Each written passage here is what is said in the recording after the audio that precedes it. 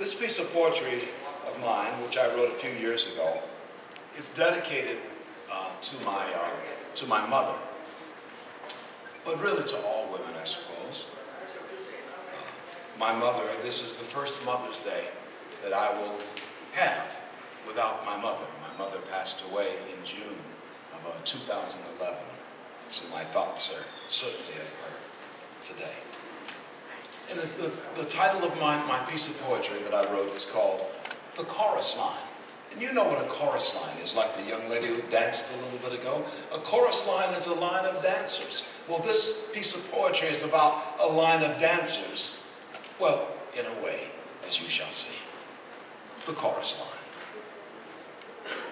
They were the chorus line, stepping high in spirited paces. Mom's cotton print dresses, Dad's work pants, my corduroys, sister's pajamas. When Mother hung out the wash, draping it to lengths of rope, lined from our house across the backyard and fastened to the old tree, the family clothes stretched and twirled and whirled in unison, whirling in wind's rhythms. The legs pirouetted in time to vigorous tunes wind whistled through, which set the family fabrics flying across the stage. Season's breezes tossed the cuffs and up swept the hemlines, which all kicked high.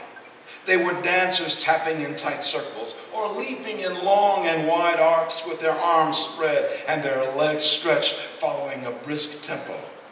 From my reserved seat on the front row of the back porch, or from my bedroom's balcony view, my eyes followed the dancers as the sun's high-angled beam was trained on them as I focused on my mother's ballet with the laundry. Embracing a wicker basket filled with our lives, she stepped among freshly hung bed sheets, wet from washing.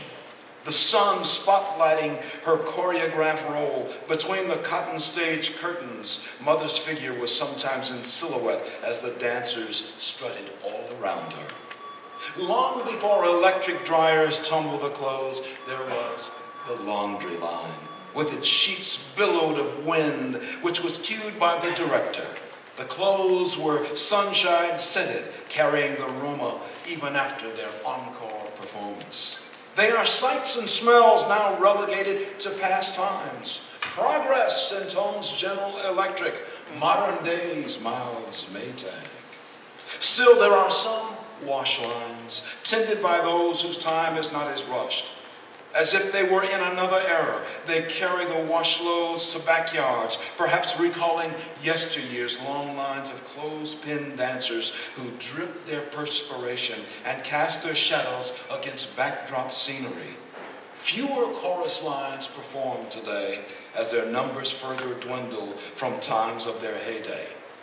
But in memories of my sun-bathed days of youth, there were chorus lines in nearly every backyard, converting to catchy tunes, waltzing with their long skirts spread wide in whirls and tails of their tuxedos trailing. All of the dancers pranced in the spotlight, hoofing hard, towing the line in a feisty tap, or bending their bodies in a sweet ballet. Their theater was perfumed of clothesline and cotton, hinting of Tide and Oxidol and cheer. With changed times, their shows were sadly canceled at the end of long runs in theaters which were once wash day sellouts. The dancers' backyard marquees have gone dark, and their advertising posters have faded. But memories of the dancers who knew the music and who ran their moves in quick step tread through minds of aging stage managers, recalling each performance when the house was packed. Remembered our shows whose backyard dancers have mostly retired, reading only reviews of when their audiences applauded thunderously.